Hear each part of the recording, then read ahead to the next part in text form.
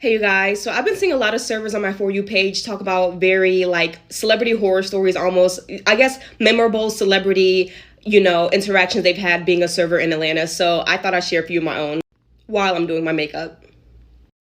I think one of my most memorable celebrity experiences, or like, meeting a celebrity as a server, was when I met Megan Good at my last job. I was the closing server that day, so I wasn't even her server, but because I was closing, it was just like me, her, the owner, like a couple bartenders, whatever. She was just so nice and so pretty, you guys. So fucking pretty. Her skin was just amazing. And this was like a few months ago. She was out with some guy, booed up, and I was like, okay, girl. But she was just so fucking nice and so fucking pretty. One of our coworkers had like drank too much and passed out and threw up in front of her, and she was very nice about it. From what I heard, she gave him like words of encouragement and just like stepped over his throw up to get to the bathrooms. And I don't know, she was just so fucking nice and so fucking pretty. I couldn't believe that I saw her in real life. I was just like, yes, Megan Good.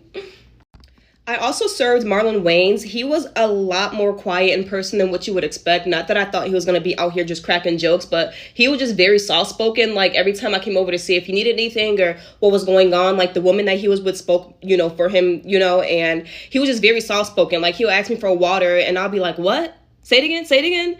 And so, yeah, he tipped me okay. I don't know. I guess I was just kind of like astonished to see Marlon Wayans. I feel like he's like a legend, like, period. So I was just like, oh my God, like, I'm serving Marlon Wayans. But I mean, he was nice, very quiet, and yeah.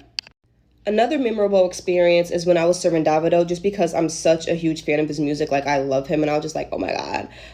But I just like served him a couple of bottles, and it was just funny. Like, I go to serve him, and I go to serve his drink first. So I get the ice scoop, I put some ice in his cup, and then I put the ice scoop back. He goes behind me, gets the ice scoop, puts more ice in his cup. So I'm just like, okay, I didn't put enough ice in the cup. And then I go and I grab one of the bottles and I go to pour it.